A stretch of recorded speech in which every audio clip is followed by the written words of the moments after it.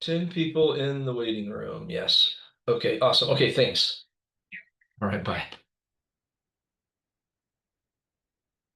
Hmm.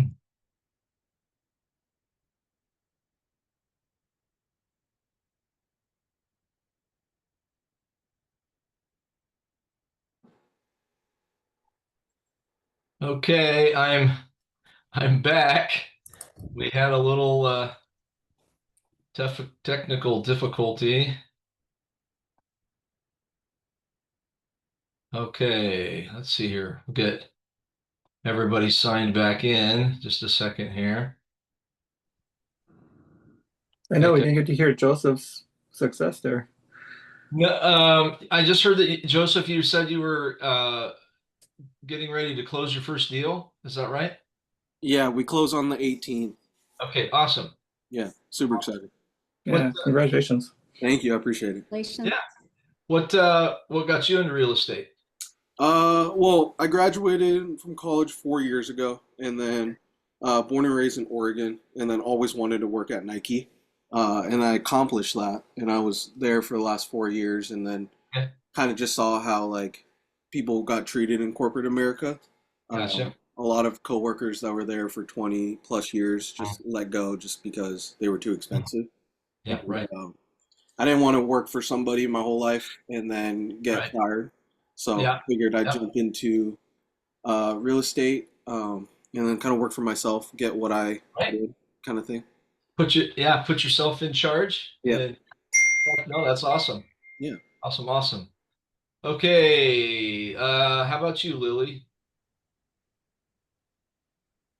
Hello.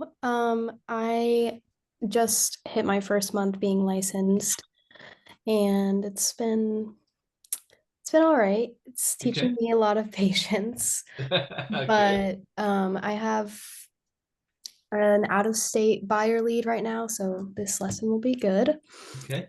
I graduated from UO this past spring, got my degree in business and economics, and I knew I wanted to do real estate, but I don't know. I like school, so just wanted to go. But my dad, I'm from Texas. My dad owns a home inspection company there. So Okay. worked with him doing a lot of marketing. So I was always in contact with a lot of agents. And so I guess that's kind of what sparked my Yeah. desire. Very good. Very good. All right. Okay, who else we got in here? Charlie, picking on you. Yeah, tell us a little bit about yourself and Well, actually, my name is Jake. I think that's my oh. son's name, and I think that says that from when he was doing Zoom classes during COVID. That's probably when we set this up. So this seems to happen every time I hop on here. So anyway, my name is Jake. Yes, Charlie's dad. gotcha. Okay. And Uh, we were just in bold together, were we not? yeah. One Okay, more week. One there we more go. week, right? Okay. Yep. Very good.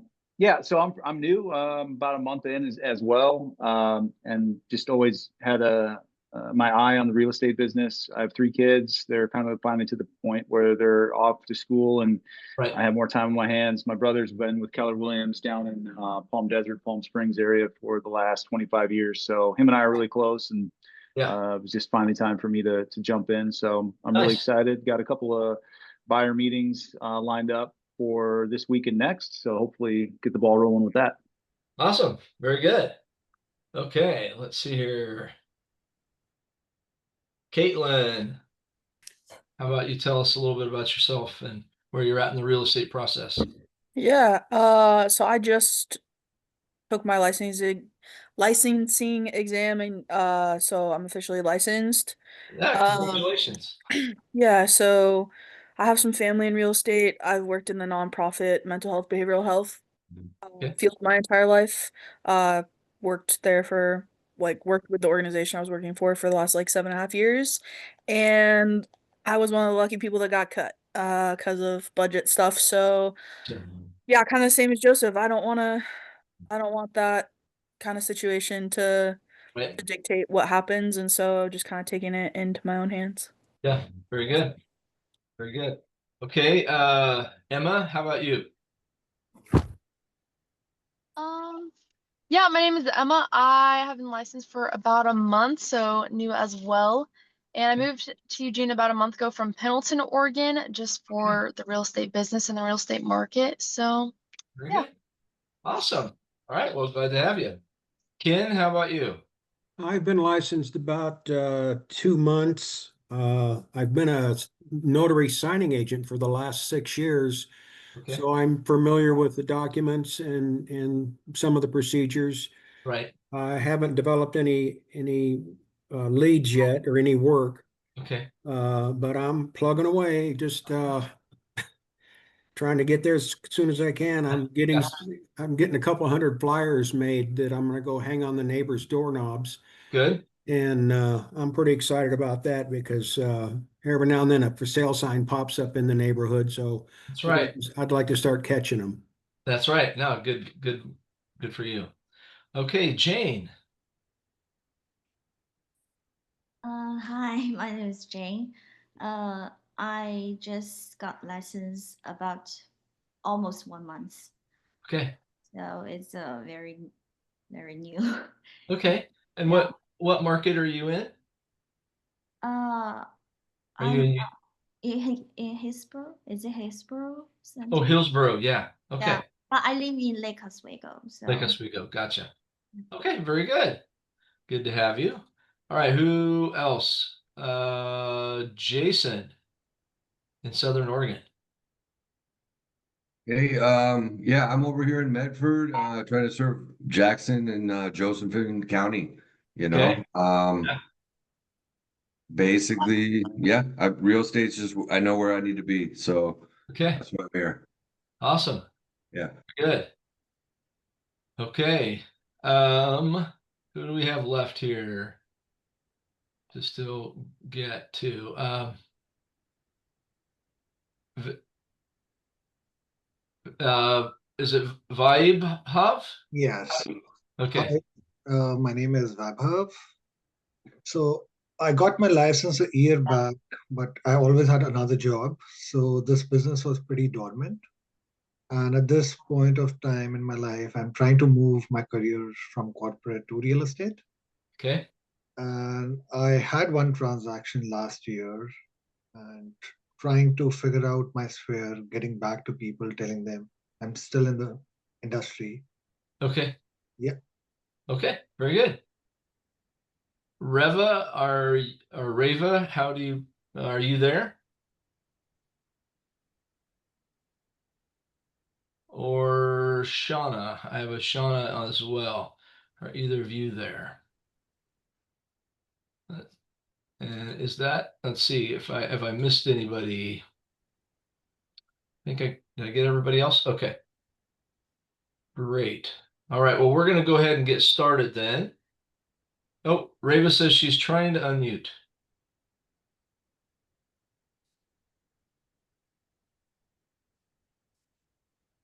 Are you? Well, we'll catch you at some point in the process. Let's go ahead and get started with the material. Again, I'm going to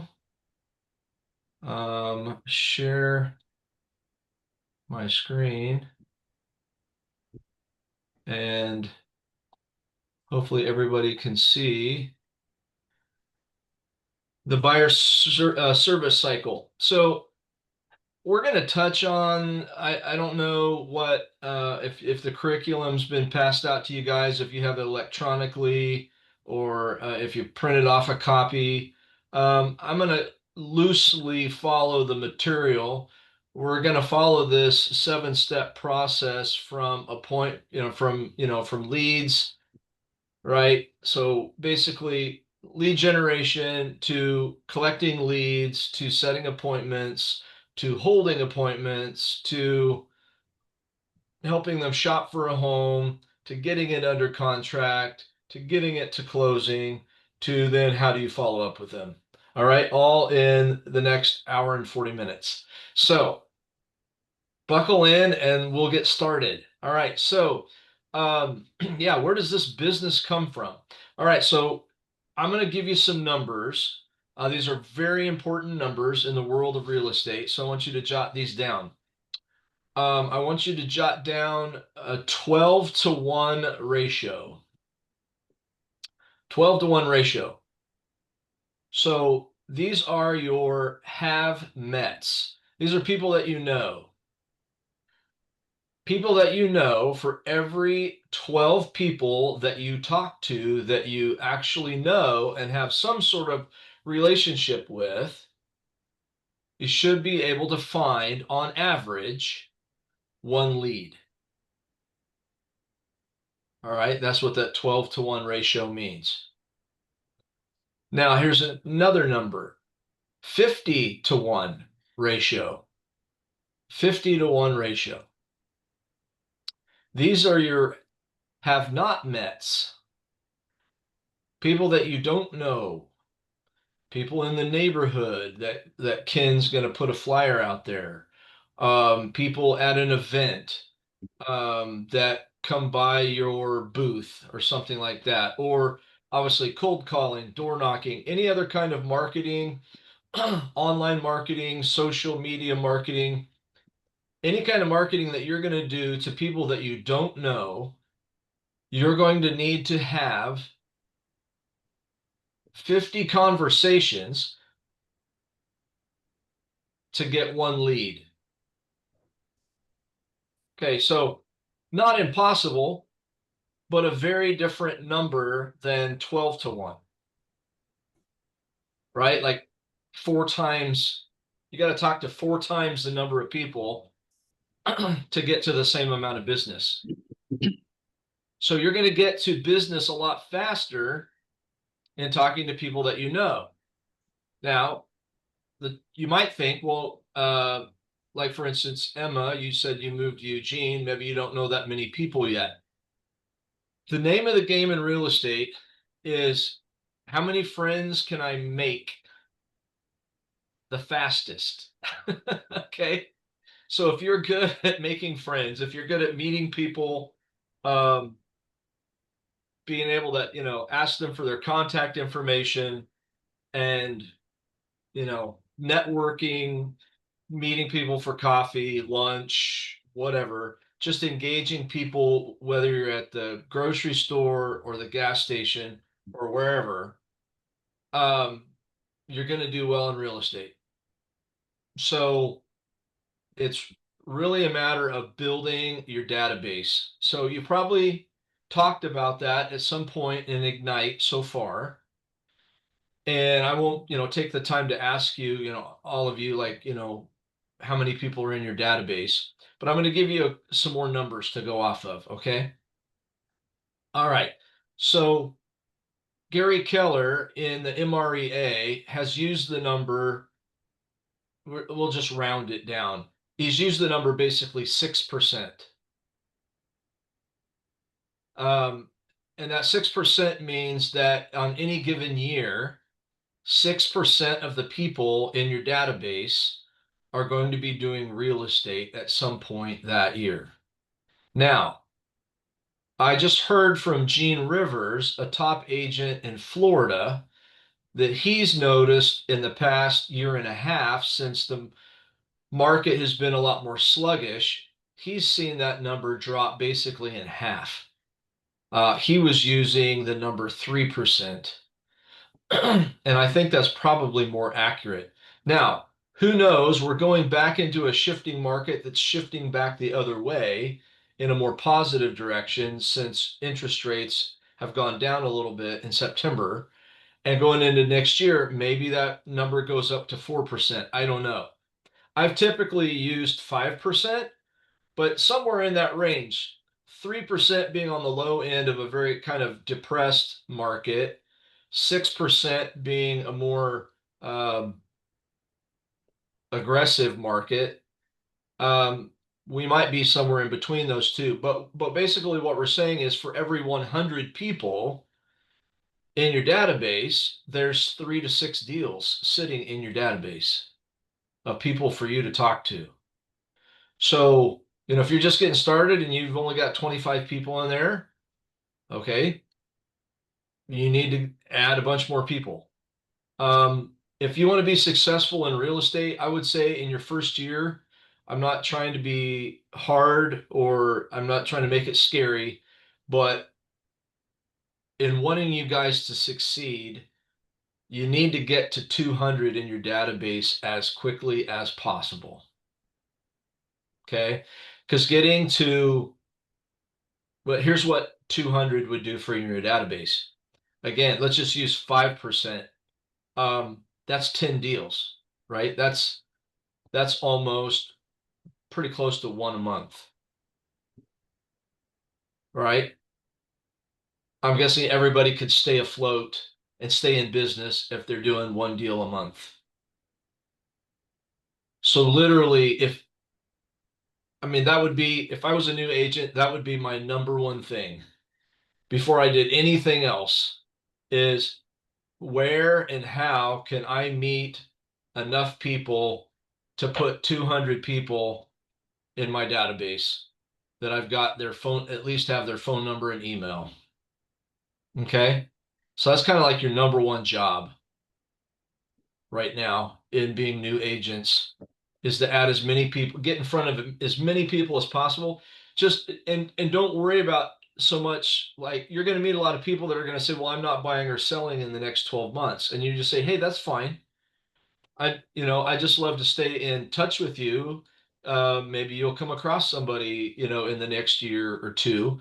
Is it okay if I put you on my mailing list? Right? Because again, it's not so much the 200 people that you're going to have in the database, it's who do they know? Right? Thinking 2 layers deep, it's not just the people that you know, it's their circle of influence that they might introduce you to, so you can meet even more people. Okay. Really good question to ask somebody. Let's say you have a pretty good acquaintance, whether it's a work acquaintance or a friend or what have you, and let's say you go to coffee with them. Great question to ask is, who do you know that I should know? Right? Be intentional about asking them to help you get in touch with people. And when we ask that question, we're not necessarily asking them to think of people that are thinking of transacting necessarily. It could just be important people in their life that they think you should know. A lot of times people will think of kind of that mover and shaker kind of person in their life, right? A connector person, a person that like is kind of a magnet and has a big circle of influence. They're like, oh, you should know this person, right? And those are the kind of people you want to know, right? They know a lot of people. They can connect you to a lot of people. So that's an important question to ask as you're talking with people. All right. So, so I would say this to really, I still hold this to today. I've been in business 8 years, close somewhere between 20 to 30 deals a year.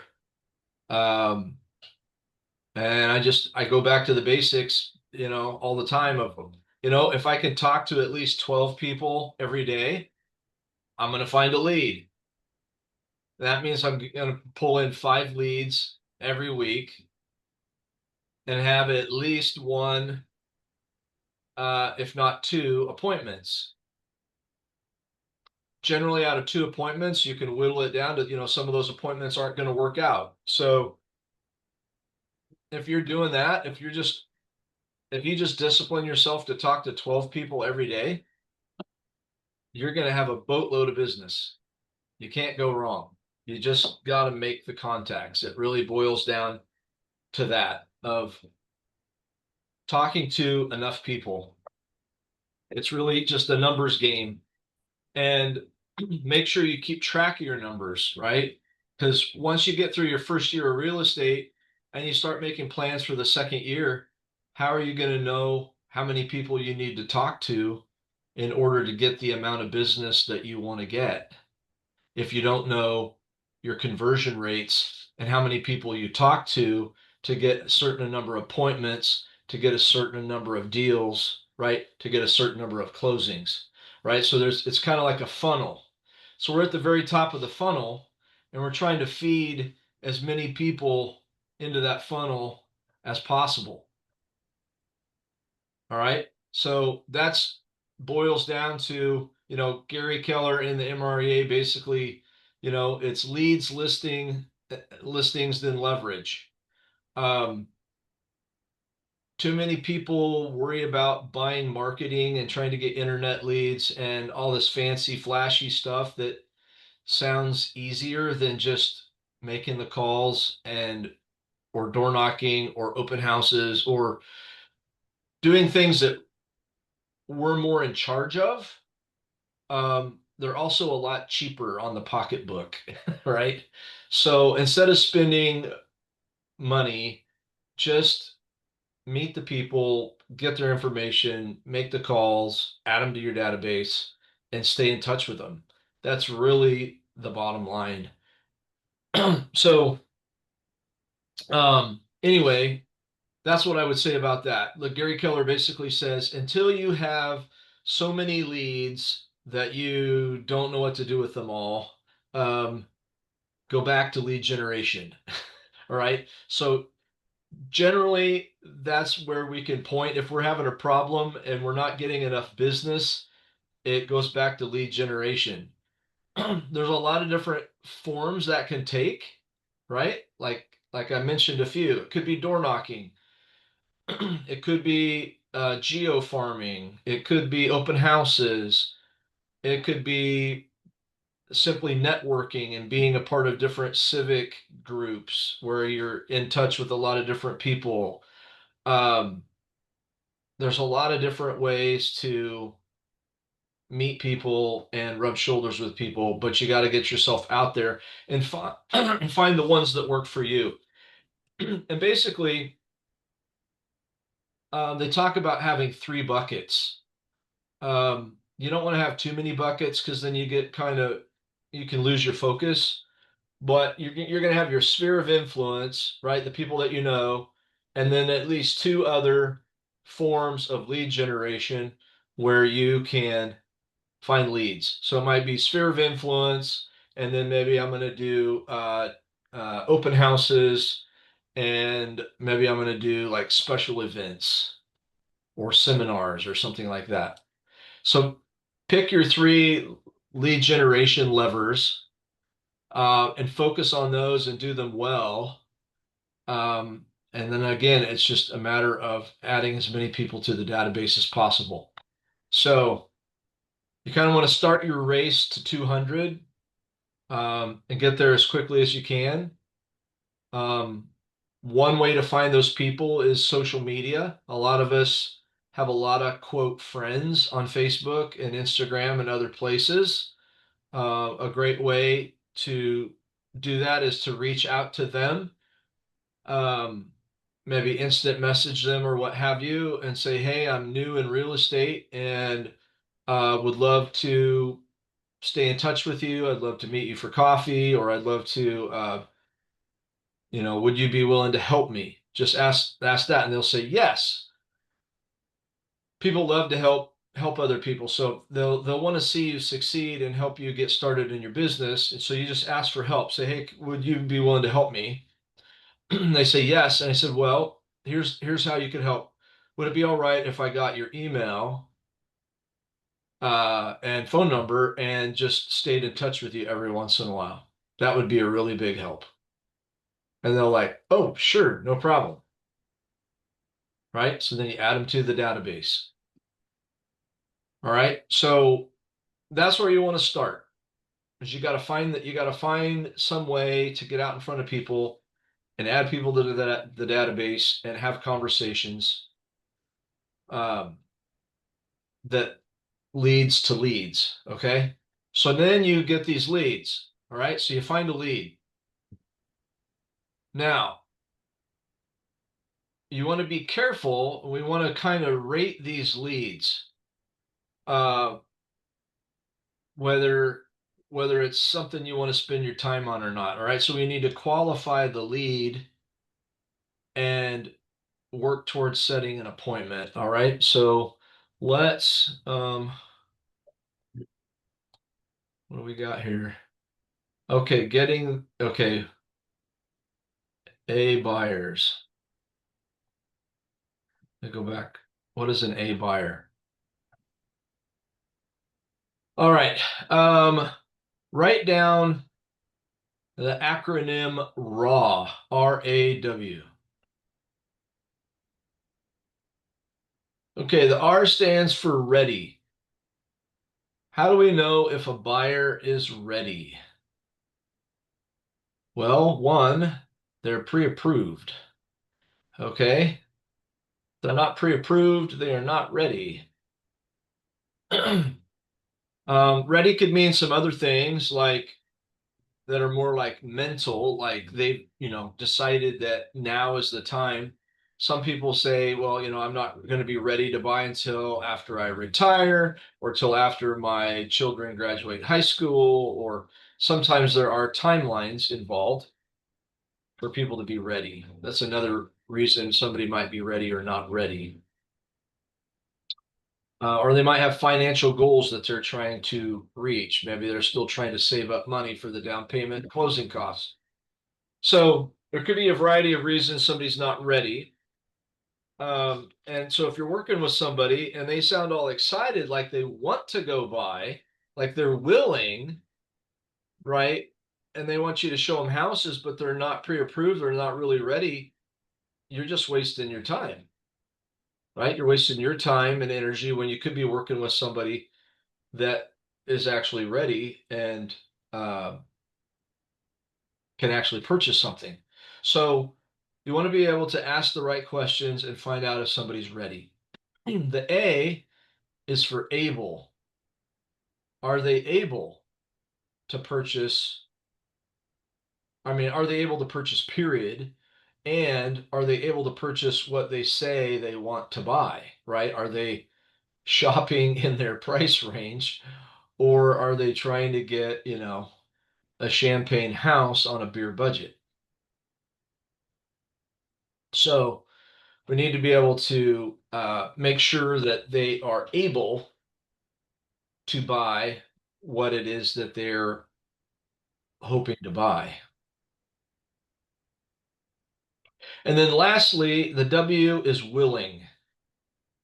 Are they willing?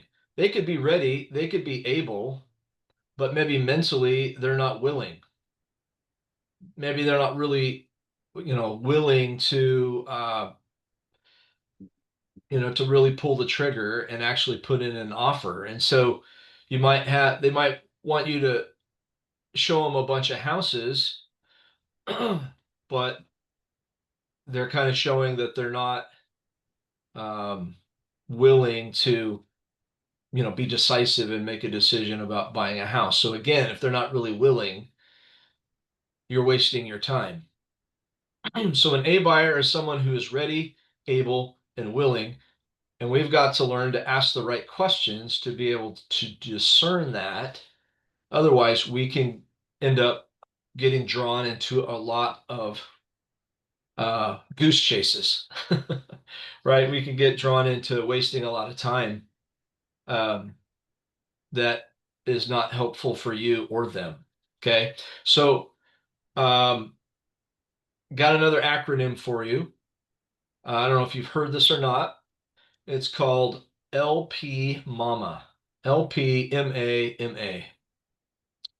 Right? So jot down that acronym. We'll work through that. So it's readily available on the internet. If you type those things in, there'll be some images that come up with LP Mama. Maybe you want to print that off and tape it or pin it to the wall in front of your desk to help you remember these 6 questions.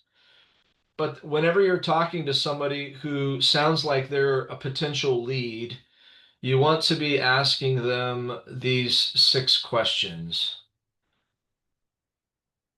All right, so the L is for location. oh, so you're thinking about moving. Where are you thinking about moving to?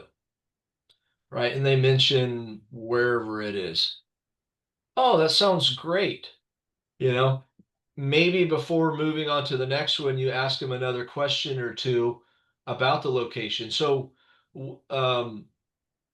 what's in Salem, or what's in Eugene, or what's in Portland? Oh, grandkids, or it's my new job, or whatever, you're trying to uncover what their motivation is. Now, never ask a person a why question. Why do you want to move to Portland? Or why do you want to buy that kind of house?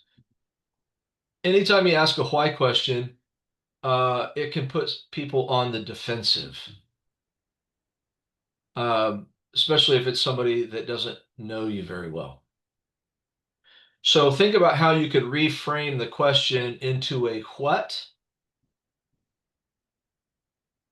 or how question. What is important about moving to, just a second, I'm going to change my name back because I am not Tanya. Okay, there we go. What is important about moving to Portland? You see that's a curious question. When I ask what or how, coming from curiosity, and it doesn't put the person on the defensive. Okay. So the first one is location. The second one is price point, right? What price are you shopping in? What price range? Okay. And who knows, maybe if they haven't really even gotten started, they might not even know. But they usually have a rough idea though. Okay. Then the M, I believe, is for mortgage. You're gonna ask them about, are they pre-approved?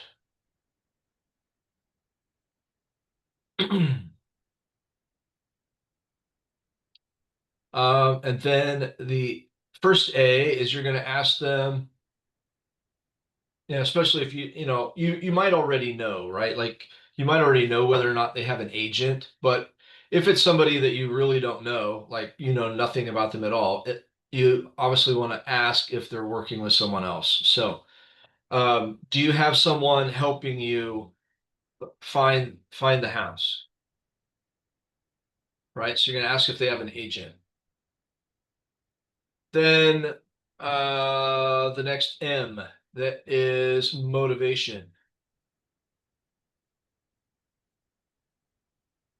Hopefully by now you've drawn that out and you've found out what it is that's driving them to want to buy or sell, right?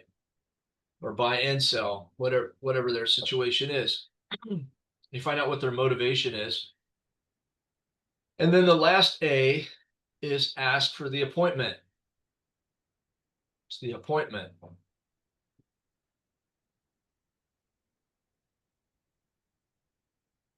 So Jake, it sounds like man, it sounds really exciting that you got this new job in Eugene.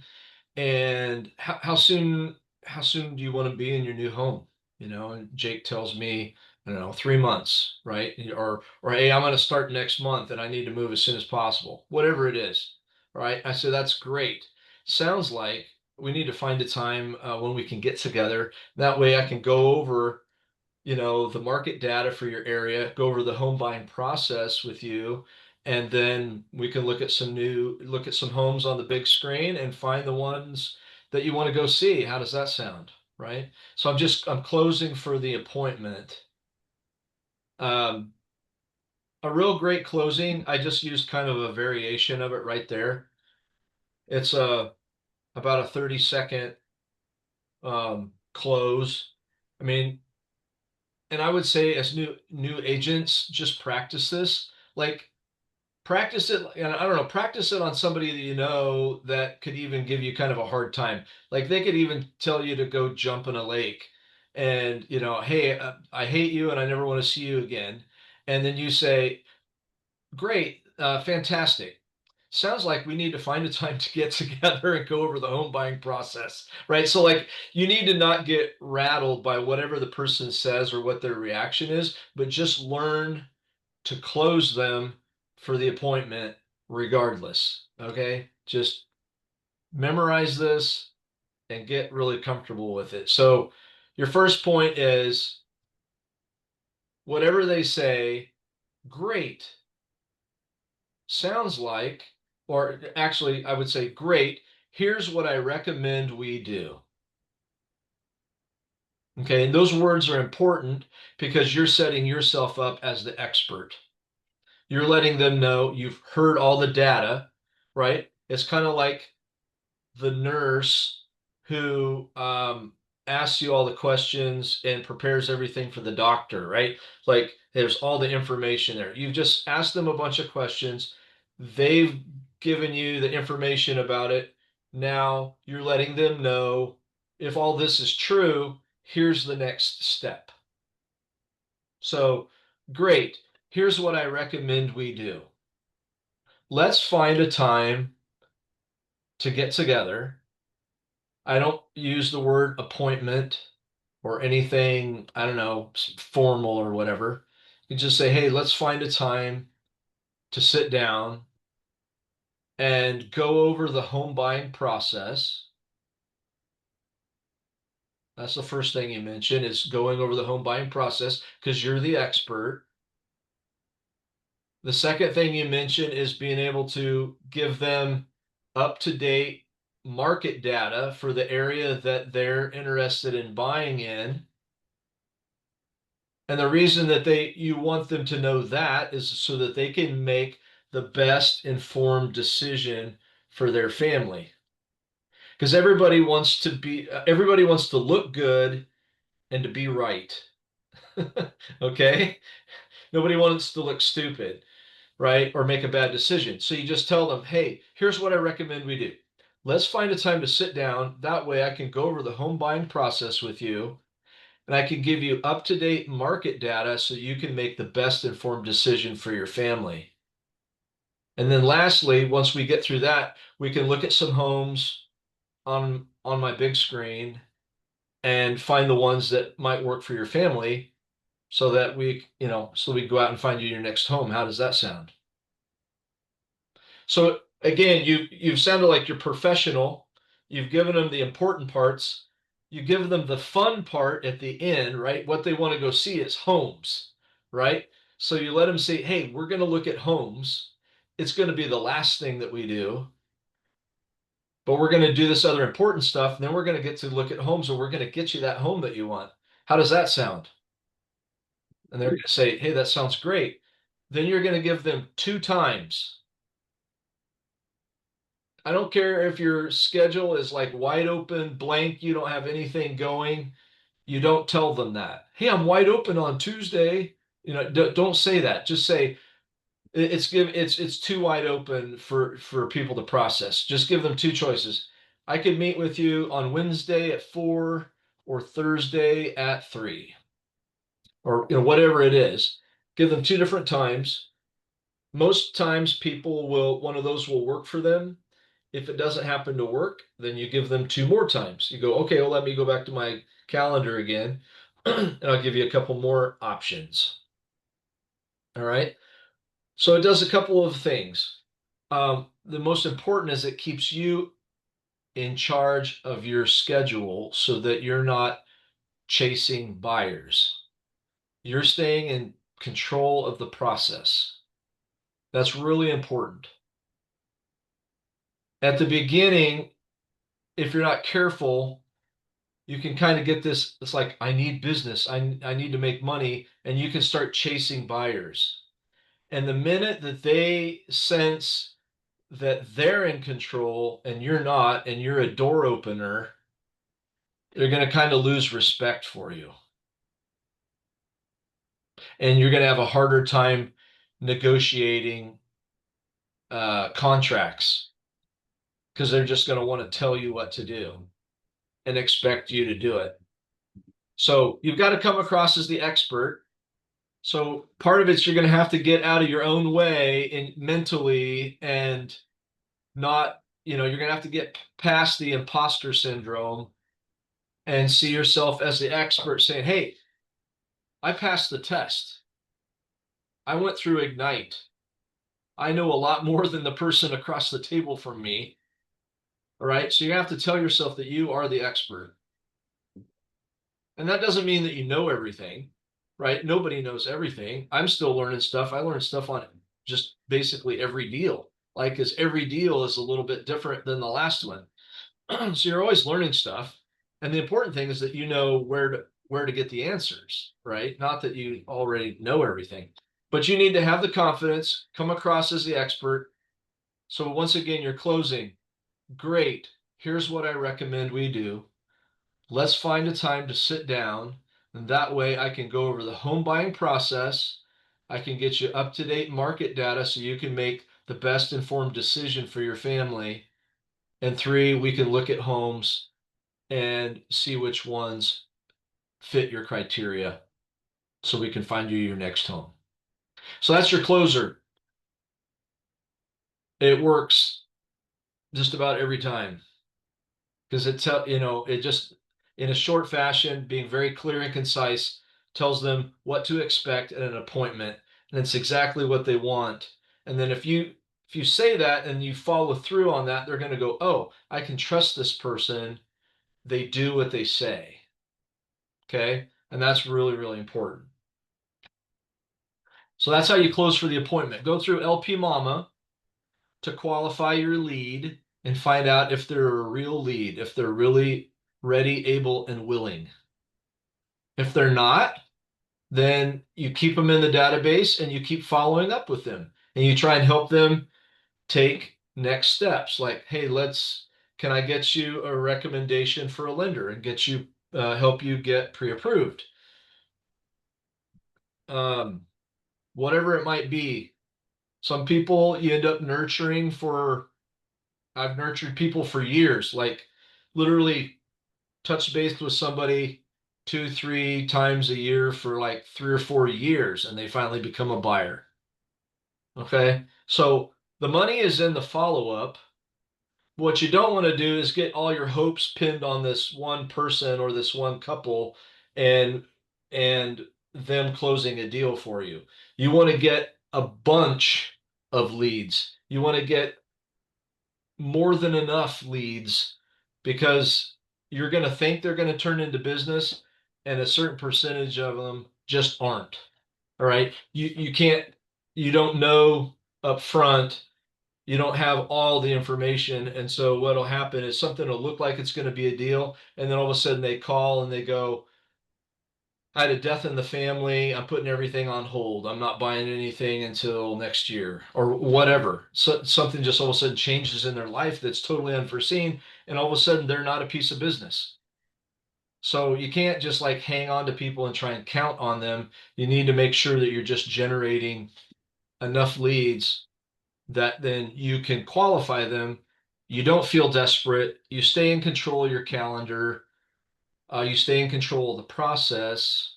And then, yeah, things go a lot better for you. So let me get back to our slides here. Okay, so on your slide, we kind of talked about the funnel, lead capture.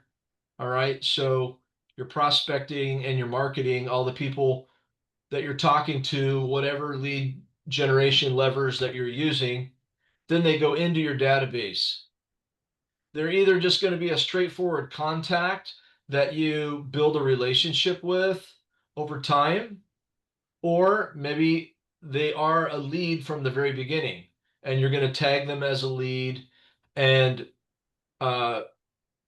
nurture them until they're ready to actually buy with you. Okay, so let's see, how do I get out of this screen and get back to what I was trying to do? All right, here we are. Want to see you guys. Okay. So you've lead generated, you've closed them for an appointment, you've qualified them. Now it's time to have the appointment.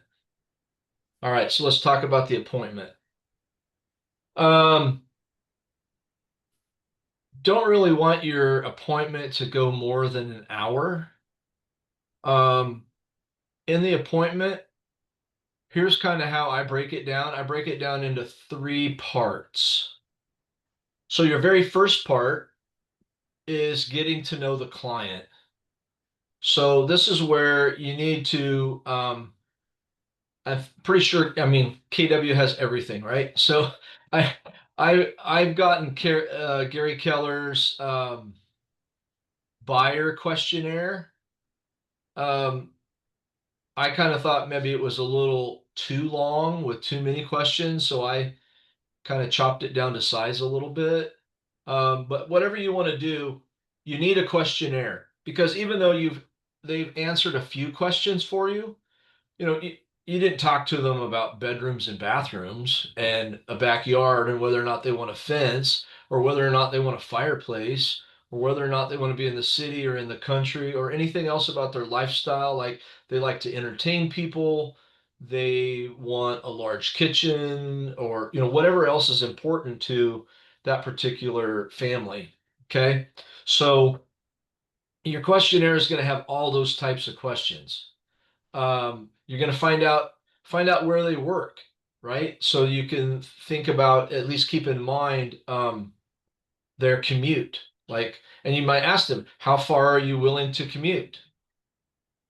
That's going to tell you a lot about where you can go shopping, right?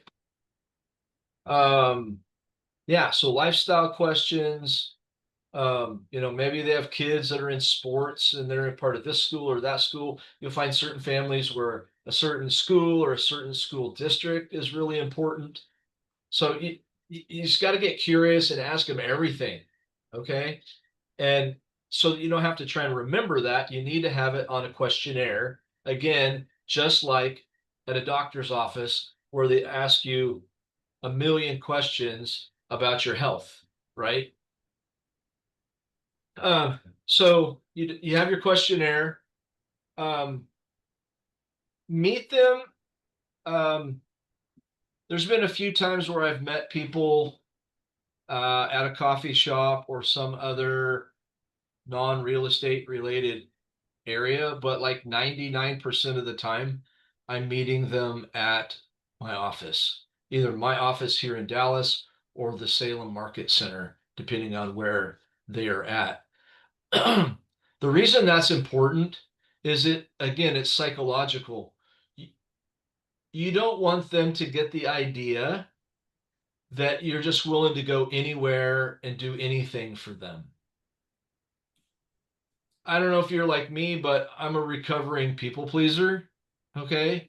And you don't want to come across like that. You don't want to say, well, I'm just willing to go anywhere and do anything for you. Da, da, da, da. Then they lose respect for you. It doesn't gain you anything to communicate that type of commitment to your buyer. Okay.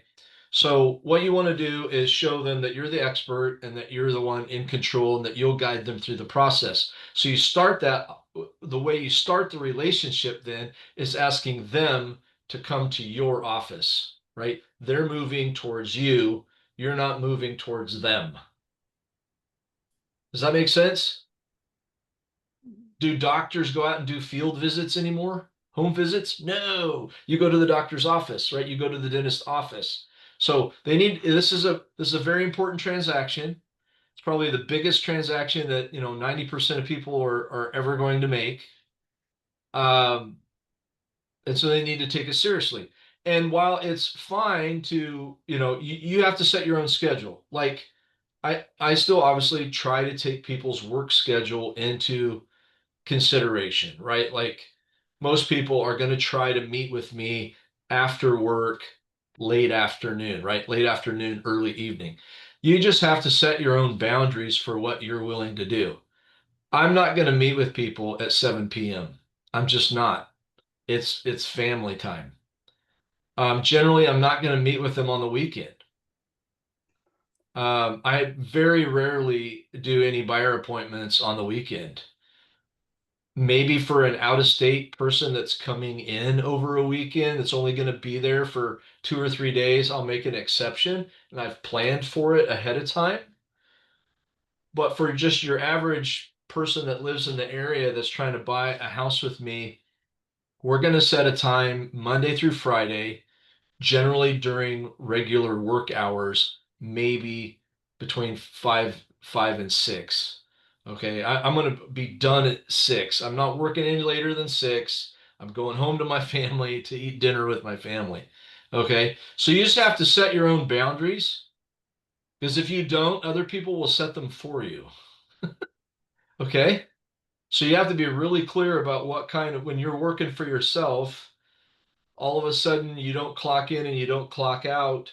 You have to get really clear about what your boundaries are and what's okay with you and what's not okay with you. And obviously, if you have a significant other, you're going to need to bring them into the conversation about what's okay and not okay, so that they don't start to resent you or the real estate business. Okay.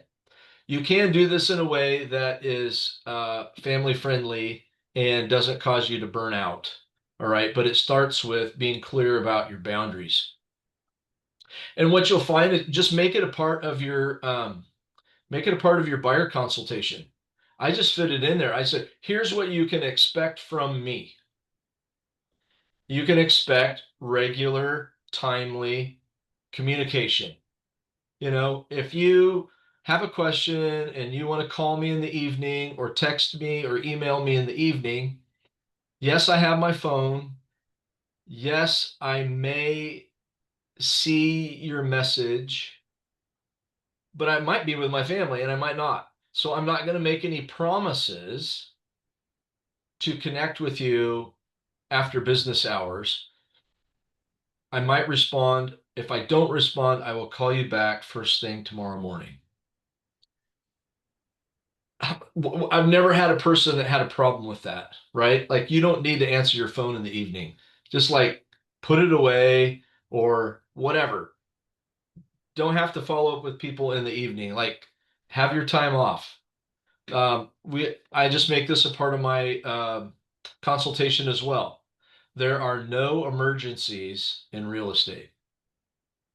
And just kind of, they'll chuckle because, like, nobody's going to die. There are no emergencies in real estate.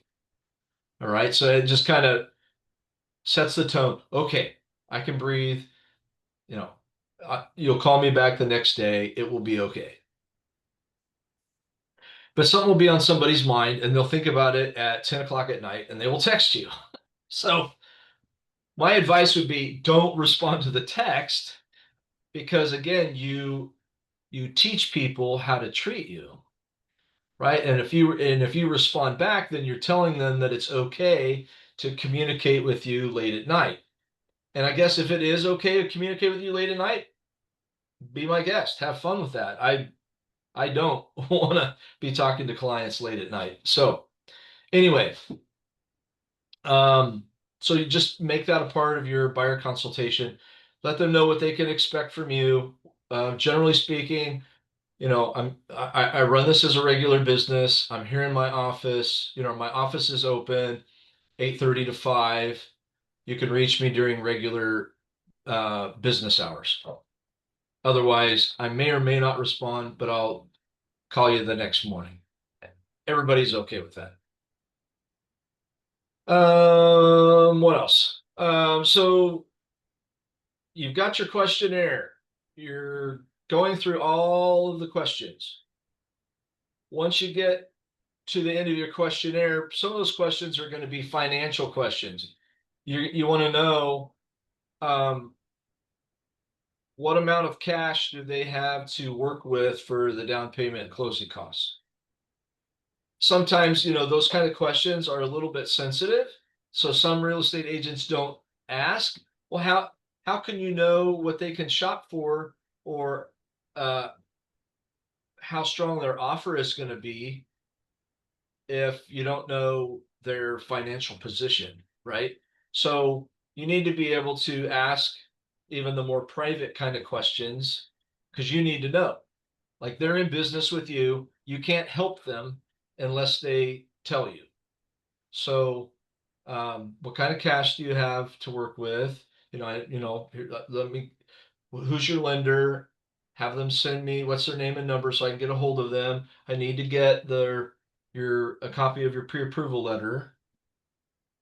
Right? Just like a doctor, you're just going through all the information up front. And once you've gathered everything, then you're going to have a really good idea how strong of a buyer these folks are and what they're trying to buy and how successful they're going to be at achieving their goal, right? So, every once in a while you'll get somebody who says, "Yeah, I want to buy an acreage because I want my family to be able to put 3, 4, 5 homes and have this, family commune out and you're going to have to say, I hear that quite a lot, and I think that's a great. I love your sentiment there, but Oregon law doesn't allow that. So I mean, you don't have to be harsh like that, but I mean, you can help them strategize a different way to achieve what they're hoping to achieve, but you got to find out what they're trying to do and then help them see whether or not they're really able to do it. Right? Like some people still think that you can get a loan on bare land. Well, you sort of can. There's a couple of lenders that might do it, but most lenders don't want to touch bare land. So they need to know, hey, we're going to have to figure out a different way to do this. If you're really going after land, when are you going to build on it? What are you going to build on it? Can we get you a construction loan that would put the land together with the house? Because banks aren't just going to loan on land. So anyway, it's asking them all the questions so that you can diagnose their situation. Remember, you're the expert, you're the doctor. You want to get all the information, diagnose it, and then be able. So that's point 1 in your consultation. Point 2 in the consultation is then shifting from that to the market. All right. So showing them the numbers. All right. Being able to go to, you guys familiar with Area Pro? Have you used that at all yet? Okay.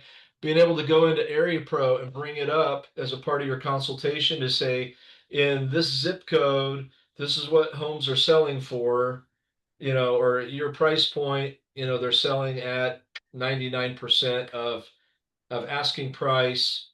They're going under contract in X number of days on market, so they can see how active the market is. So you can help them.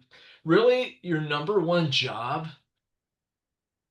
is managing and adjusting people's expectations. That's really what you're doing. You're trying to bring them from wherever they're at into reality. Okay. And you, as you get them into the consultation, you'll get a really good feel for how close they are to reality. Like if you'll go, okay, these people are going to be easier to work with because they're closer to being realistic about the market that they're in. You'll have somebody else that's like way out in left field, and you're just going to have to decide, is this somebody that I think I can help move, even if they have to skin their knees a time or two on getting an offer rejected? Am I going to be able to move them into reality so that they do the things that they need to do in order to be successful in this market, or are they not? Right? Is it a waste of time ultimately? So again, you're kind of interviewing them as much as they're interviewing you for the job. You might not want that particular client. And you could just say politely, I'm not sure that we're a good fit. But anyway, you've got to get all that information. So then you're going to move to the market data. You're going to show them what's going on in the market, help them understand what it's going to take to get a house. One of the things that I see buyers falling into right now is that they think they have all the time in the world. They're like, oh, this is a sluggish market. I can just, take my time, blah, blah, blah. Well, here's the reality. The best homes still sell the fastest. So, generally speaking, if it's priced right, it's going to move, and you don't have all the time in the world. And, I've had 2 clients where because they were slow, we ended up competing with one other offer, and then they ended up paying like $5,000 more for the house in order to be the winning offer. Whereas if they would have moved faster, they could have got it for cheaper. So sometimes you use anecdotes. You say, hey, I talked to this agent and this is what they're seeing. Or myself, I say, here's what the last couple of clients, this was their experience. This is what I'm seeing in the market. And then the people go, oh, like this person knows the market. Like they're in touch with what's going on right here, right now. And they're more likely to listen to you. So you share with them the market data. And then, depending on who the client is, if they've bought and sold several houses, you might not really need to go through the whole home buying process. But if they're if they're brand new to it, or they haven't done it in a really long time, go ahead and walk through each step of the process with them. Just help them, you don't have to spend a long time on it, but just briefly explain, okay, we're going to go out and look at homes. We're going to find a house. We're going to get it under contract. Then here's what happens next. Earnest money, inspection period, negotiate repairs, order the appraisal, go to closing. Just be familiar enough with the process that you can walk somebody through it in a concise way so that they know what to expect. Some people use buyer guides, like they'll have, a buyer or seller guide, like a little, basically like a magazine booklet that walks people through it. And if you want to develop those and have those, that can be a helpful tool. I don't, and I haven't really seen it hurt my business at all by not having it. So I just kind of go, I'm not sure I want to put in the money and the effort to have them. Because I just haven't seen that that it's really been all that necessary, at least in my business. But anyway, that can be a useful tool, to help people know what to expect. So market data, home buying process, and then you're ready to close them, right? So you've gotten to know them, you've got all their information, you've given them market data, you've gone over the home buying process, and then you're able to, basically close and say, are you wanting to move forward to buy a home with me? However you want to ask that question, but you're moving to a close, then you got your paperwork ready. You can explain about your commission, right? So that's another boundary, right? That's another thing. You have to determine what your worth is and be able to explain, the new rules of the game. You guys are all coming in post national lawsuit from a year and a half ago, where no longer can you go to the MLS and pull a listing sheet and be able to say, oh, I'm going to get paid 2.5% if I sell this home. You're going to have to be more like a listing agent that goes into an appointment and already knows what their worth is and how they do business and how they show up, and be able to say, this is what I work for, right? And then go ahead, you're able to say, hey, so I work for 2.5%, and the reality is 90% of the time we're able to ask for that commission to be paid by the seller.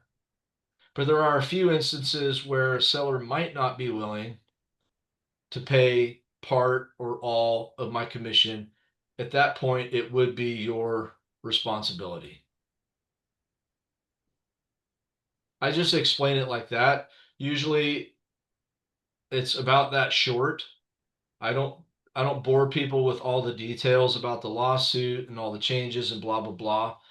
I just boil it down and say I work for 2.5%.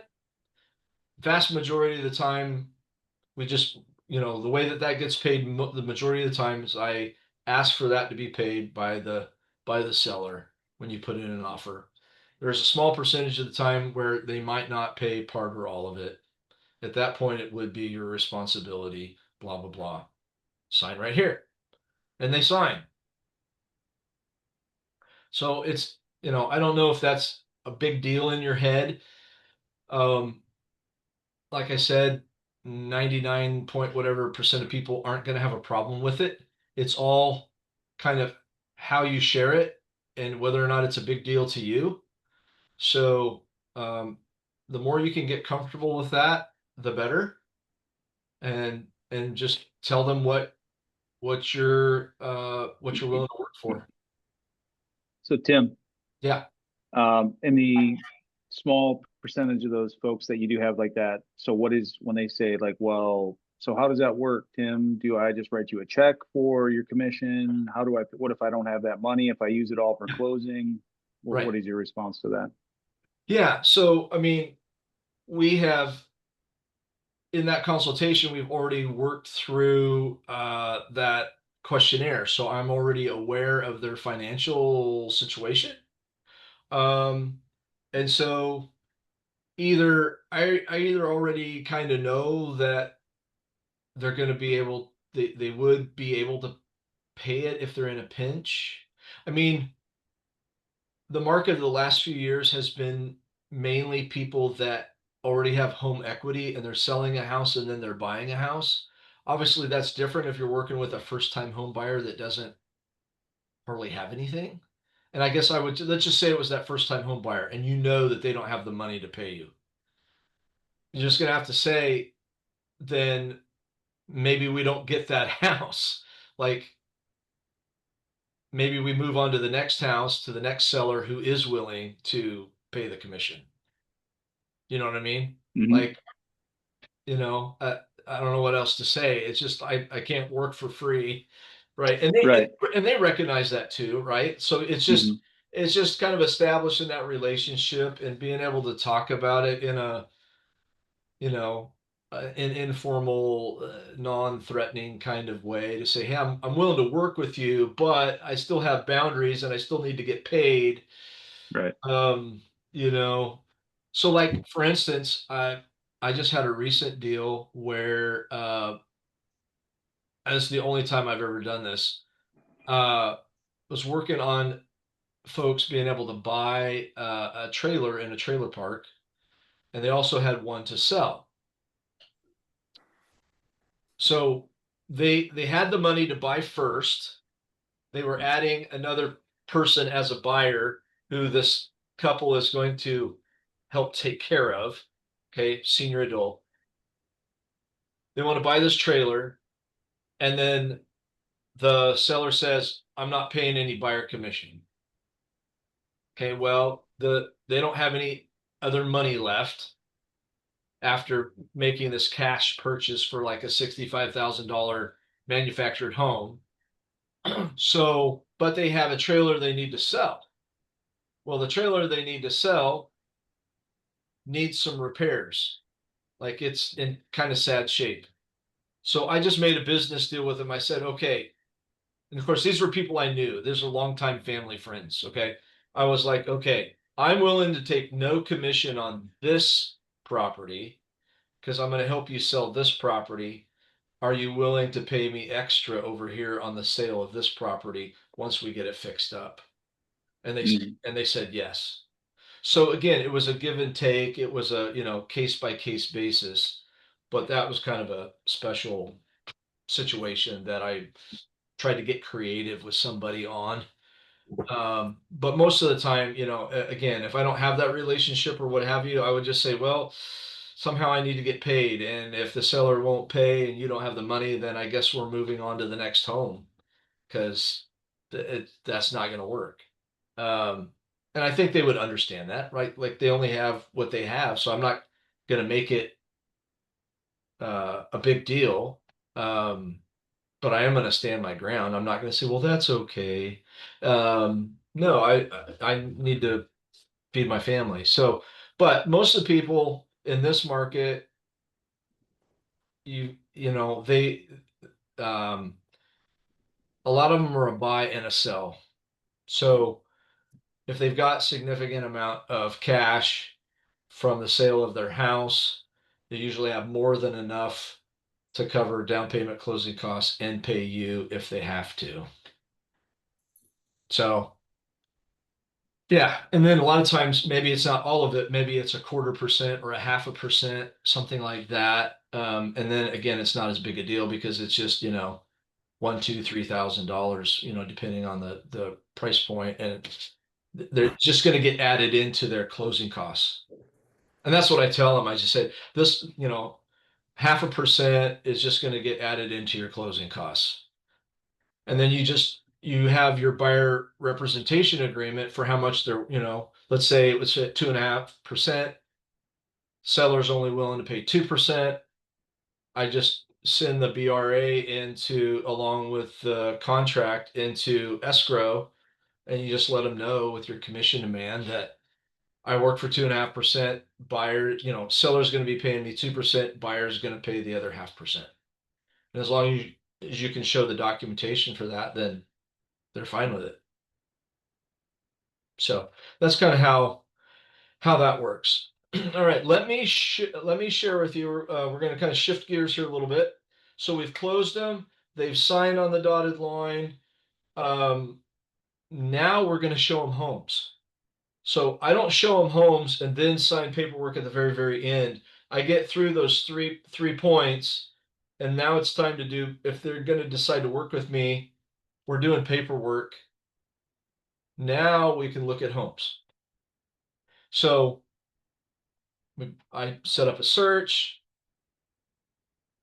plug in all the info about all the homes that we're going to look at and the areas that they're interested in, and we start clicking through homes right there in the office. So let's say we're looking at 20 homes online. So I'm going to tell them, hey, we're going to look through these properties. If you see a house and you just don't even like the way it looks on the outside, just tell me no, and we'll go on to the next property. Like if we get to the inside and we see the kitchen and you don't like the kitchen, don't make me click through every bedroom. Like you already don't like it. Just tell me no and we'll move on to the next home. Okay. So you just help them see, hey, this doesn't have to take forever. Yes, I want you to be able to see the homes, but let's do this in an expedited way. All right. So we start clicking through the homes and I just tell them, we are building our maybe list. So if a home looks, if it sounds like it's a possibility, just tell me maybe. I'll check it and put it on the list. If it's a no, we're just going to pass over it. Okay. So we go through our 20 homes and maybe it's whittled down to 4, 5 homes that they actually want to go see. Okay. If it's more than 5, I will take them back through their maybe list and I will ask them more questions. Some people will be more clear or less clear about what they're shopping for. If they're less clear, then you're going to have more of a job to do to ask more questions to help them gain clarity. The more work that you do in the office, the less work you have to do in the field driving around showing homes. And driving around showing homes might sound fun right now, but after a while it gets really old. Okay, it just does. And so you want to expedite it as much as possible. Not that you're trying to rush anybody, but there's just no reason that it has to take multiple tours and showing them 20 homes and it takes 3 months and all that jazz. Okay, I'm going to show you a foolproof way to only have to do one home tour and get them to write an offer 75% of the time. Okay. I've been doing it. I was taught by my mentor who taught me. I'm teaching you. This is tried and true. You will literally be able to go out and just do one tour and they will write an offer with you. Now it's up to you whether or not, you can help them get across the finish line and get that offer accepted, but you'll at least get them to be willing to write an offer. Okay, so here's how you do it. Try and do this as quick as I can. Okay. So it starts in the office. It starts with that maybe list. So I use language within showing them the 20 homes at least once, if not 2 or 3 times, letting them know they have seen all of the inventory. I have shown you everything. All right. So you want to get across that they have seen everything. All right. Because otherwise the buyer will think that there's some secret listing out there that is hiding behind the bushes. Okay. And then they won't be willing to commit to making a decision. They'll want to put it off chasing the mirage that their perfect home is just on the horizon and it's going to come up tomorrow or this weekend or the next weekend. So as I'm showing them homes, you're going to begin to see that they all start to look the same. You have your homes that are a little bit nicer and newer, less square footage in this price range, and you have your homes that are a little bit bigger, more, you get more square footage, but they're outdated and maybe they need a little TLC. But you see what I'm saying? Like you're in this price range and these things start to look the same. So I'll say stuff like that. Like this is a good cross section of what you're going to see when we get out there and what you're going to continue to see. Like they just need to know that it doesn't matter whether this house is painted red or that house has, this or that feature or whatever. Things, you can change the cosmetics, but the homes are going to look the same because realtors use the comps to price the next listing that's going to go on the market. So it's not that there's some listing that's going to pop up that's going to be any better than the ones you're seeing today. Does that make sense? Right? So you help them understand, and you may even, and depending on the client, I've even said this. I have had clients that have fallen into the trap of thinking of chasing the perfect home. And you just say it up front. Is there really everything is a perfect home? And they'll say no, ha ha ha, right? Everybody knows there's not a perfect home. But buyers sometimes will get in this mentality of chasing the perfect home. And if you let them, they'll keep chasing that mirage that the perfect home is going to pop up. The perfect home is going to pop up. And it's not. It's just not. So you have to dispel that myth somehow up front. And I'm showing you all the inventory. Okay. So then when we narrow it down to the 3 to 5 homes, whatever it is that they want to go see, I let them know, okay, we've seen 20 homes today because of the power of the internet. We didn't have to go through all 20 homes. We could just look at them from here. We've narrowed it down to these 5. I'm going to call these listing agents, set up a tour, and maybe it's the next day or not any more than 2 days out that you're going to go see these homes. So if you want to set up a buyer appointment for a Thursday or a Friday, so you can show homes Saturday morning or Saturday afternoon, great. Otherwise, if you're doing a buyer appointment earlier in the week, you need to coach them that they may need to take half a day off of work. Can you get off early on Wednesday or Thursday this week? And can we start seeing homes at 2 or 3 p.m. or whatever? Because you can get in, depending on how far the homes are apart, like I could do a 5-home tour in an afternoon, right? In 3 or 4 hours. You can get through that many homes and see them and make a decision, right? Okay. So you're setting it up. They've said, hey, we're going to go see these 5 homes. Now, here's where it gets golden, okay? You tell them in the appointment, I just want to share with you the way I show homes. I was taught to show homes using the ophthalmologist method. Okay? So you say, hey, have you ever been to the eye doctor? Even if they haven't, somebody in their family has, right? Have you ever been to the eye doctor? What do they do when you go to the eye doctor? They get in front of the lenses and they're adjusting them and they say 1 or 2. 1 or 2. So we're going to do that same thing. So what I know is that a confused mind can't make a decision. So my job is not to sell you the house, but to walk you through a process of self-discovery so that you can make decisions along the way as we see each one of these homes, so that by the end of the tour, it's very clear to you which one of these 5 homes is the best fit for the money that you have to spend for your family. Does that make sense? So you just spell it out. You're just like, I have this process. It's going to make it super easy for you to be able to self-discover that. So I'm taking the pressure off. There's not going to be any hard pressure sales on one hand. All right. On the other hand, I'm going to let them know. I let them know in my appointment, 75% of my buyers. Did you know, Mr. and Mrs. Buyer, that 75% of my buyers put in an offer on the first time out? And they'll go, whoa, no, I didn't know that.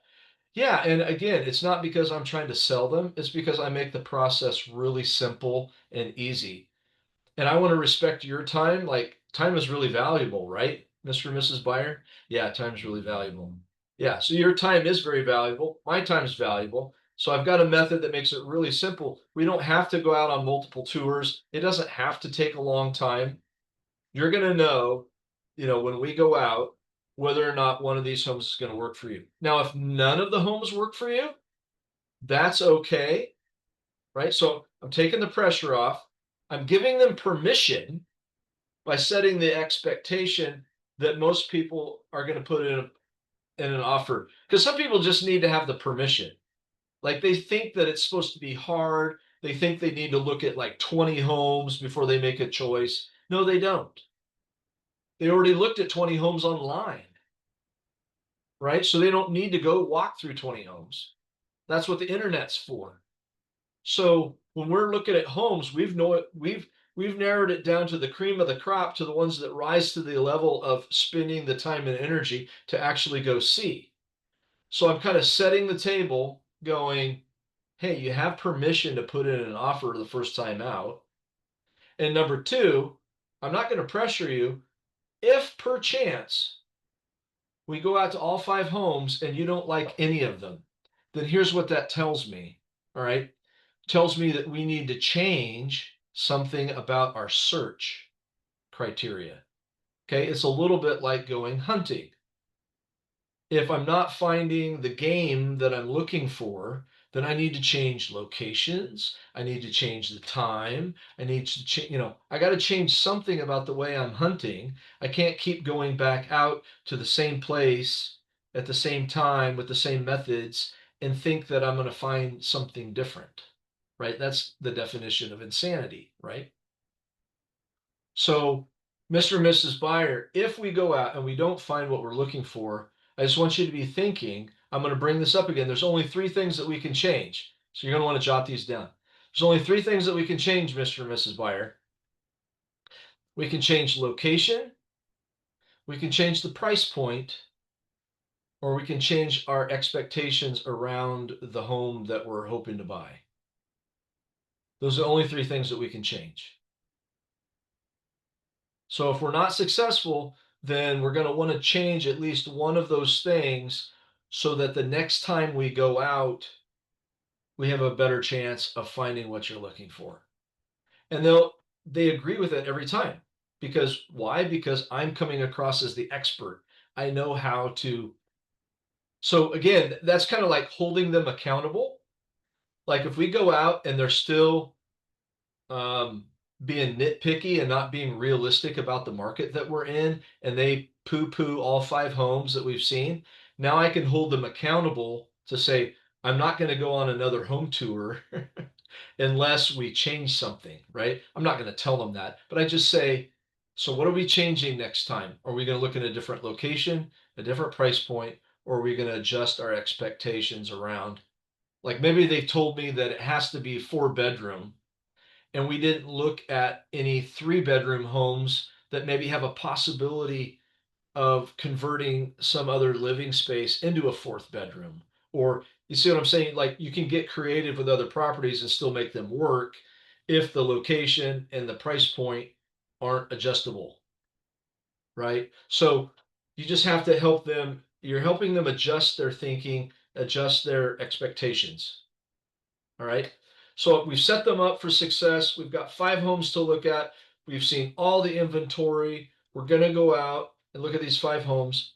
And Mr. and Mrs. Seller, we're going to use the ophthalmologist method, which means we're going to go to that first home.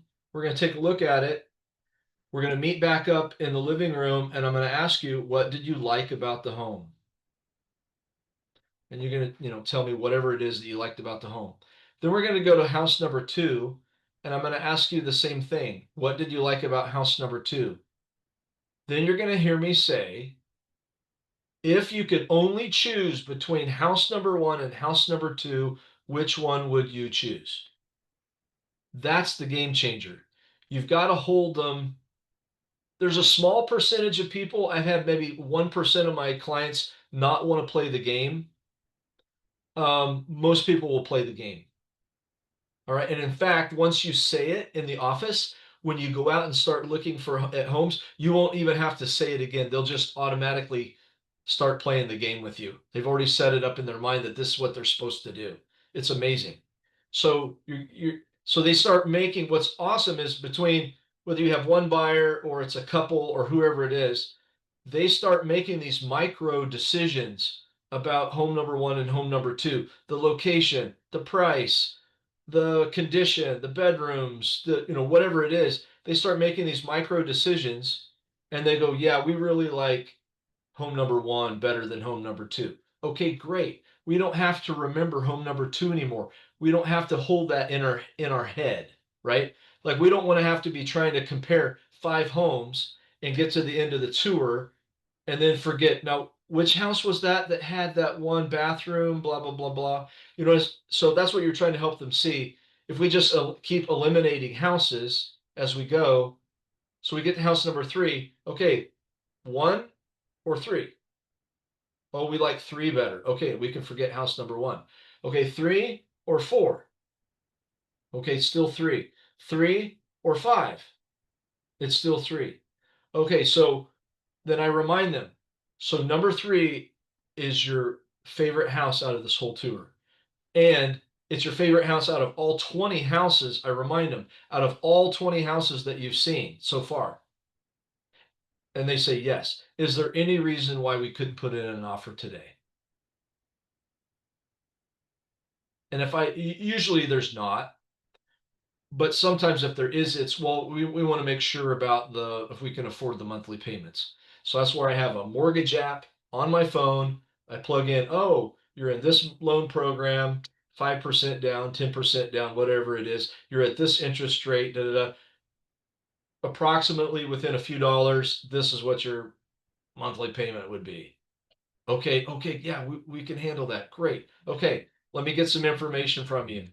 So then, as a new agent, you might want to take them back to your office and walk through putting an offer together. If you know the forms really well and you know what questions to ask, most people are so accustomed to DocuSign that I will literally ask, how do they want their names on the title? What's the asking price? What's the down payment? What's the earnest money? What inspections are we doing? When are we closing? what kind of response time are we going to give the sellers? I jot all that down on a notepad. I take it, and then they go home, and I go back to my office, and I tell them I'm going to get back to my office. I'm going to put this all in and work up the offer. And then when I get it written out, I'm going to give you a call.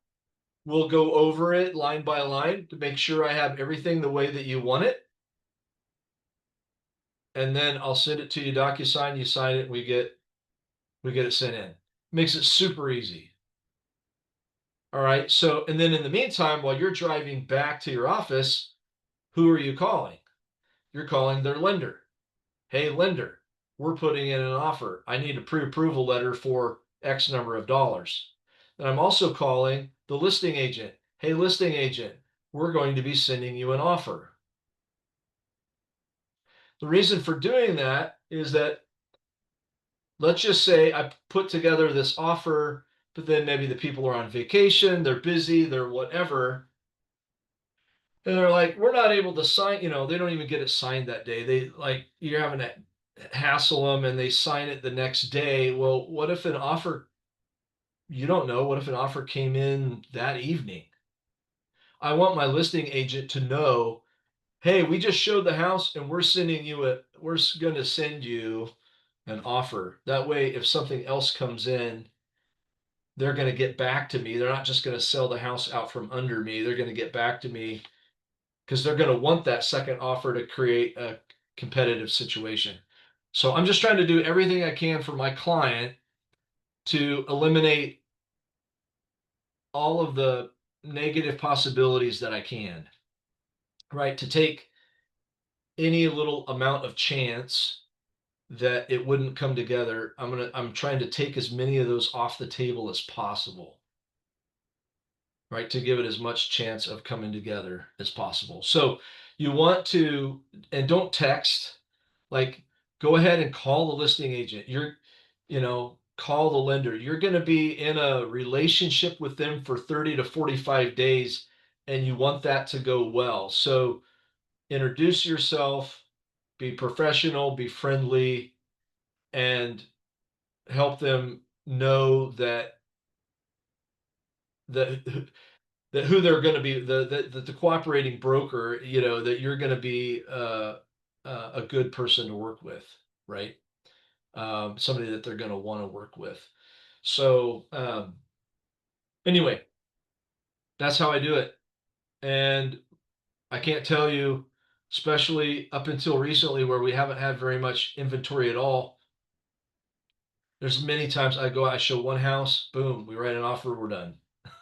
Right? And it might sound a little anticlimactic to you, but it's sure nice to get them under contract and get a paycheck 30 days later. Okay. Instead of dinking around, showing a bunch of properties, and finally getting them to write an offer. So that's the method to the madness.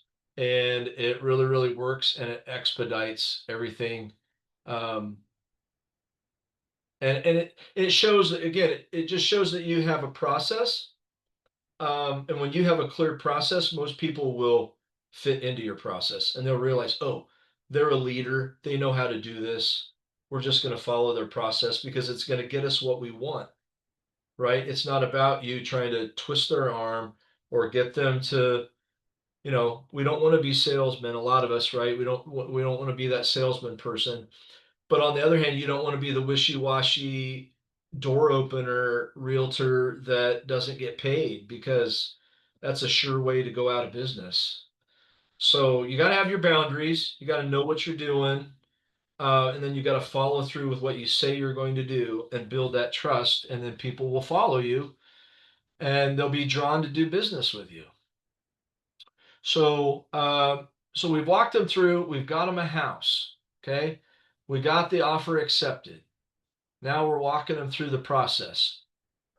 All right. So basically I'm going to tell them, okay, we're opening up escrow at ABC Title, whatever it is. I'm going to, your earnest money is going to be due within 3 business days. So you're going to need to take a personal check down to the title company by Wednesday at 5, whatever it is. Okay.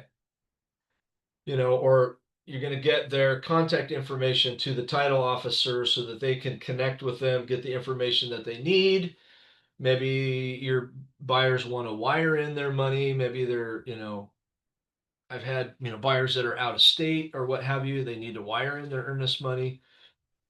And then we're going to get their home inspection scheduled. You can ask them, hey, do you know of any home inspectors? Do you have any that you prefer? Or I can always call one of my recommended inspectors. Most times, 9 times out of 10, people don't have a preference. So I'll call my inspector. I know what they charge. I'll tell the people up front, here's what they charge. You're expecting a call from so-and-so. They'll probably send you an email to sign a contract, and your inspection is going to be next Wednesday, whatever it is. One of the things you want to find out is whether or not the buyer wants to be at the inspection. Now, when I say that, I don't mean be there for the whole inspection, right?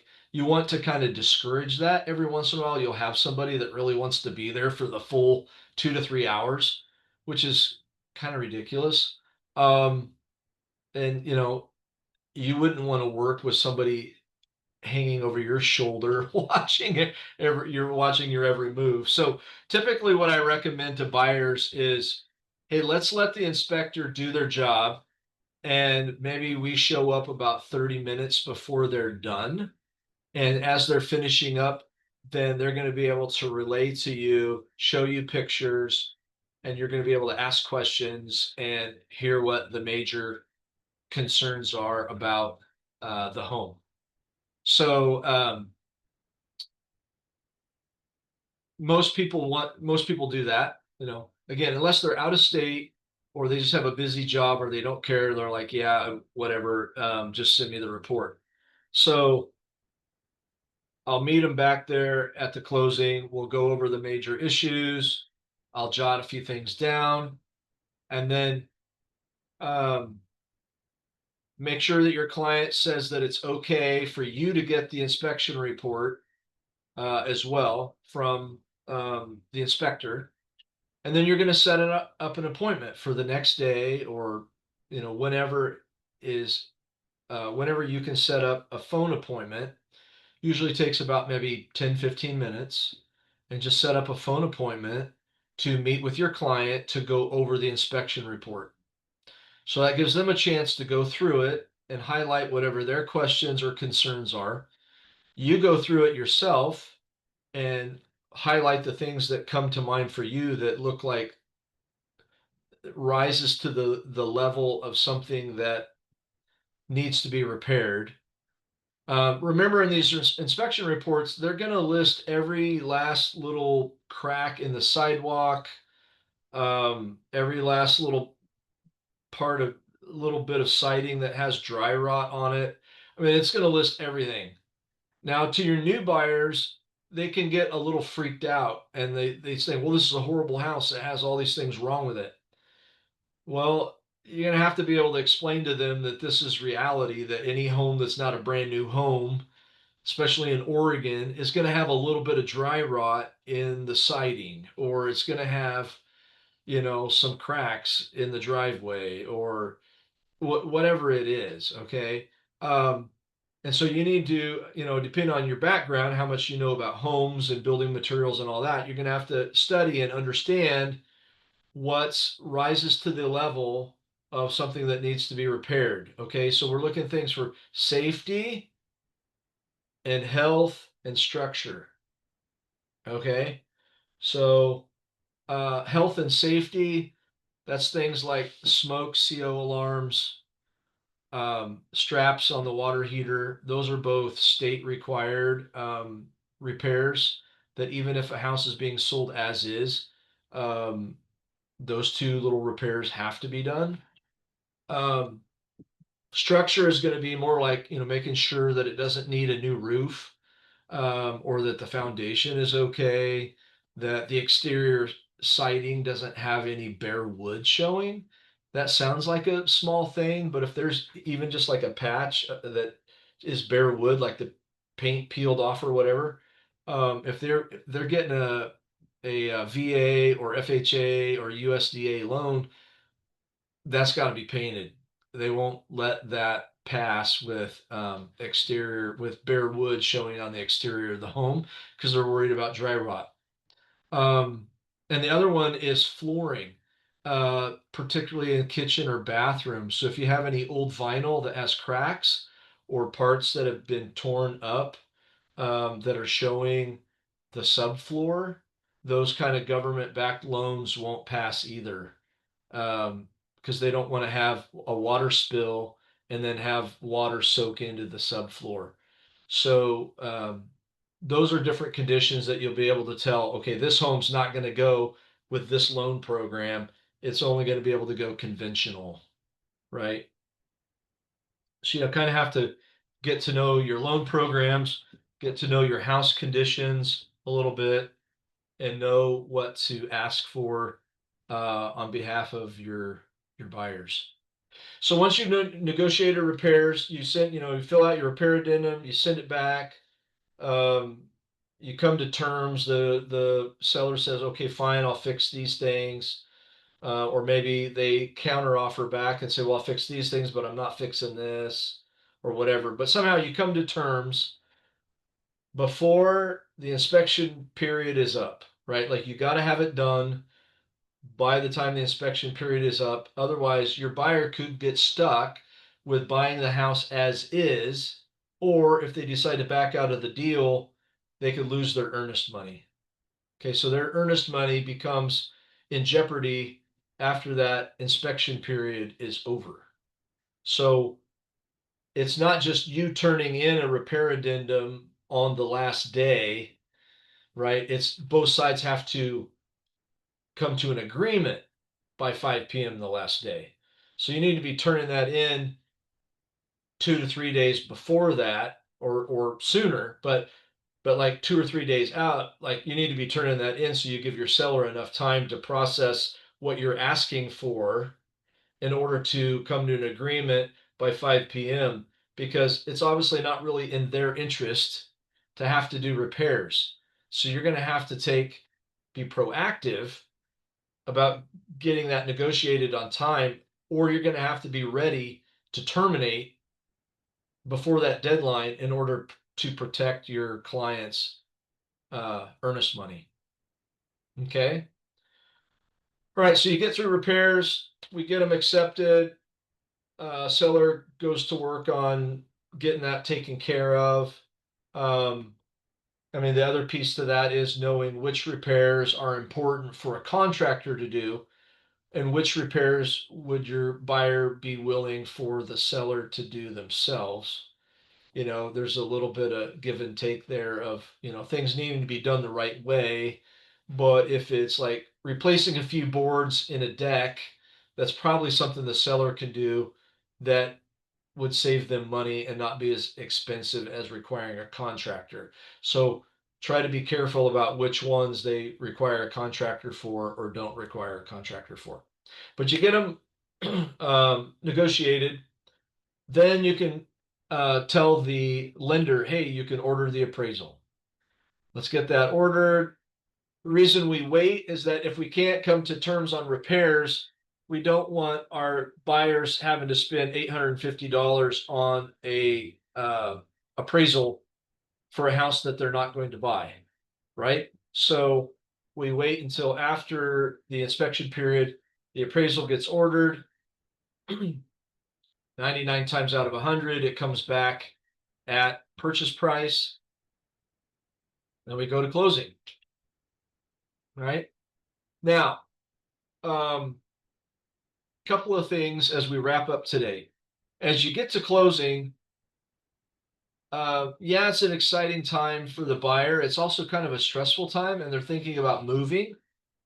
A lot of times, that's not the best time to ask for a referral. It's also not necessarily the best time to give them a closing gift. What I've heard from a lot of top agents is that they come back like 3 to 4 weeks after closing, because now the people have gotten moved in, they've kind of gotten settled into more of a routine. Maybe they started that new job or what have you. And you show up, you call them and say, hey, can I stop by? I've got something for you. And then you stop by, on your way home from work or whatever, with whatever your closing gift is. Hey, I just wanted to check in on you. How are things going? And then you give them this gift, and it's kind of an extra touch after you already gave them keys, and took their picture. Don't forget to do that. You give them the keys, take their picture on their front porch so you can put it on your social media. Happy buyers, right? You can protect their identity. You don't have to tell them their last name or whatever, but just put their picture on there with them opening the door to the front door of their house. Okay. But come back 3 or 4 weeks later, then give them the gift and then ask them for a referral. Hey, do you know somebody, or would you be willing to go on Google and do a 5-star review for me? And they'll say yes or whatever. So then you email it to them. Email them the link so they can do a review for you.